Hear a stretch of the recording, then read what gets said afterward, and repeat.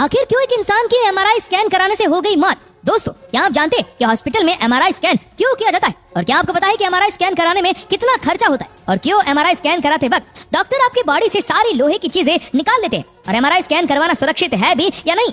ये सारे सवालों के जवाब आप जरूर जानना चाहते होंगे।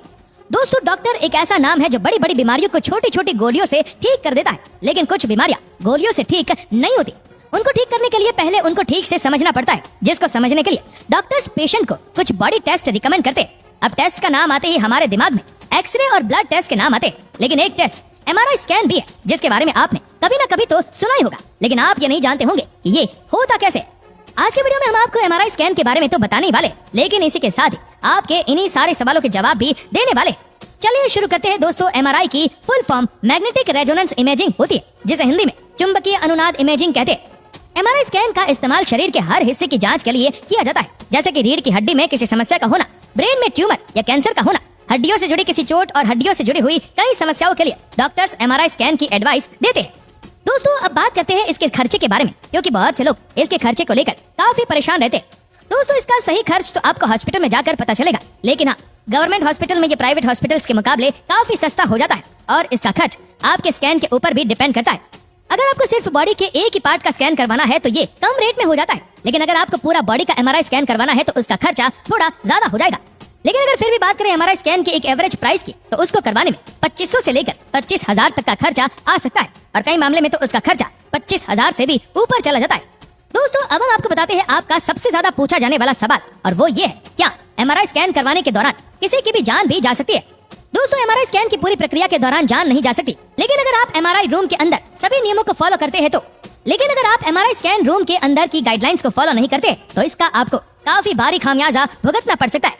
दोस्तों, बात करते हैं कि एमआरआई स्कैन किया कैसे जाता है। इसको करने के लिए पेशेंट को एक मशीन पर सफेद या नीले रंग की एक खास ड्रेस को पहनाकर लेटाया जाता है। यहाँ अच्छे से ध्यान दिया जाता है कि पेशेंट के जिस हिस्से का एमआरआई स्कैन होने वाला है उसको उसी डायरेक्शन के हिसाब से लेटाया जाए। पेशेंट का एमआरआई स्कैन होने से पहले उसके शरीर से सारी मेटल की चीजें उतरवा दी जाती है, जैसे कि कड़ा, अंगूठी, चेन आदि।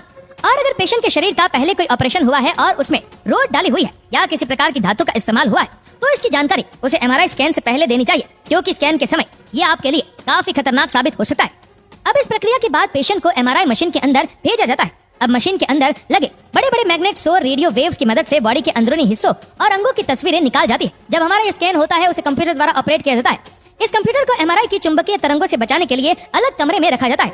एमआरआई स्कैन के दौरान हॉस्पिटल में पेशेंट को हेडफोन पहनाए जाते हैं, क्योंकि मशीन के अंदर जो तेज आवाज पैदा होती है उससे पेशेंट को किसी प्रकार की घबराहट ना हो। हालांकि कुछ मशीनों में ये आवाज बहुत कम आती है, और आवाज कम आने के साथ साथ मशीन में म्यूजिक भी बजता रहता है। ऐसा सिर्फ पेशेंट का मूड नॉर्मल रखने के लिए किया जाता है। वैसे तो एमआरआई स्कैन केवल कुछ ही मिनटों का होता है, लेकिन कई बार पेशेंट को 2 मिनट के लिए 3 से 4 बार मशीन के अंदर डाला जाता है।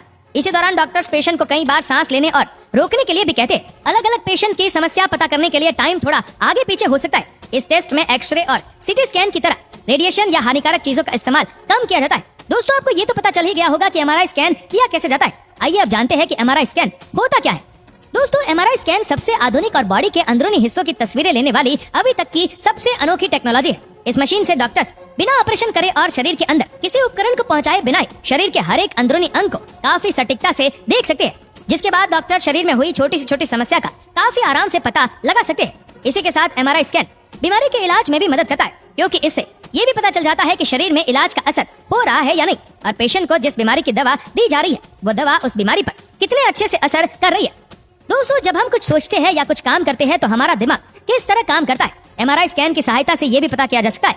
बाकी हम सोते हैं तो हमारे दिमाग का कौन सा हिस्सा ज्यादा एक्टिव है, हमारे दिमाग की छोटी बड़ी हर एक हलचल के बारे में एमआरआई स्कैन द्वारा पता किया जा सकता है। दोस्तों, अब हम आपको बताते हैं कि इसको करवाते समय कौन सी सावधानियां बरतनी चाहिए। एमआरआई स्कैन करने से पहले डॉक्टर्स पेशेंट के शरीर से सभी मेटल की चीजें उतारने के लिए बोलते हैं, जैसे हमने आपको पहले भी बताया, क्योंकि एमआरआई स्कैन मशीन की चुंबकीय क्षमता बहुत ज्यादा होती है, जो कि धातु की चीजों को अपनी ओर खींचती है। इसलिए अगर आपका कोई ऑपरेशन हुआ है या सर्जरी हुई है तो आप अपने डॉक्टर को इसके बारे में पहले ही बता दें। इसके अलावा एमआरआई स्कैन करवाने से पहले अगर आप स्वस्थ महसूस नहीं कर रहे तो ये भी आपको अपने डॉक्टर को बताना चाहिए। और मोस्ट इंपॉर्टेंट, एमआरआई स्कैन करवाते समय कई लोगों के दिमाग में कंफ्यूजन पैदा होती है कि इसको करवाने से पहले खाना खाना चाहिए या नहीं, तो आपको बता दें ये आपके डॉक्टर्स पर निर्भर करता है कि वो क्या कहते हैं। कई केसेस में डॉक्टर्स टेस्ट से 4 घंटे पहले कुछ भी खाने की सलाह नहीं देते, और कई केसेस में डॉक्टर्स एमआरआई स्कैन से पहले ज्यादा पानी पीने की सलाह देते। लेकिन ये सब पेशेंट की बीमारी और डॉक्टर्स पर डिपेंड करता है। इन सब के अलावा अगर किसी महिला का MRI स्कैन होने वाला है और वो प्रेग्नेंट है तो उसे अपने डॉक्टर्स को इसके बारे में जरूर बताना चाहिए, क्योंकि उसके गर्भ में पल रहे बच्चे के लिए MRI स्कैन के दौरान निकलने वाली रेडियो वेव्स काफी खतरनाक साबित हो सकती है। दोस्तों, अब ऐसा नहीं है कि डॉक्टर्स को जब कोई बीमारी समझ नहीं आती तो वो पेशेंट को फुल बॉडी का MRI स्कैन करवाने के लिए बोलते हैं। कई बार डॉक्टर्स पेशेंट की बीमारी के हिसाब से MRI कराने की सलाह देते हैं और कई बार डॉक्टर्स पेशेंट को पर्टिकुलरली उस पार्ट का या उस ऑर्गन का स्कैन करवाने के लिए रिकमेंड करते हैं जिसमें उनको उनके मुताबिक कोई समस्या लगती है। दोस्तों, अब हम आपको बताते हैं कि MRI स्कैन और CT स्कैन में क्या अंतर होता है। वैसे तो दोस्तों MRI और CT स्कैन की मशीनें बिल्कुल एक जैसे ही दिखाई देती है और लगभग इनके काम करने का तरीका भी एक जैसा होता है, लेकिन इन दोनों के बीच काम करने में काफी अंतर होता है। यहाँ एक तरफ है MRI स्कैन मशीन रेडियो तरंगों के जरिए काम करती है, तो वहीं CT स्कैन मशीन एक्सरे के जरिए काम करती है। बॉडी के किसी भी प्रकार के स्कैन के लिए ये दोनों ही मशीनें दूसरे टेस्ट मशीन से कम जोखिम वाली होती है। इसके अलावा अलग अलग परिस्थितियों में ये दोनों ही मशीनें अपने काम में सर्वश्रेष्ठ है, लेकिन CT स्कैन मशीन की तुलना में MRI स्कैन मशीन काफी शोर करती है, जबकि CT स्कैन मशीन शांति से अपना काम करती है। तो दोस्तों, ये है MRI स्कैन से जुड़ी हुई कुछ वो बातें जो आप लोग जानना चाहते हैं। उम्मीद करते हैं कि इस वीडियो से आप सभी की काफी हेल्प हुई होगी और आपको MRI स्कैन से जुड़े आपके वो सारे सवालों के जवाब मिल गए होंगे जो आप जानना चाहते थे। दोस्तों, आज की वीडियो आपको कैसे लगी हमें कमेंट करके जरूर बताएगा, और अगर आपको वीडियो अच्छा लगा हो तो इस वीडियो को लाइक करेगा, शेयर करेगा ज्यादा से ज्यादा लोगों तक, और ऐसे ही और भी फैक्ट वीडियो को देखने के लिए फॉलो करें हमारे पेज को और सब्सक्राइब करें हमारे YouTube चैनल को, जिसकी लिंक हमने नीचे कमेंट सेक्शन में दे रखी है। धन्यवाद।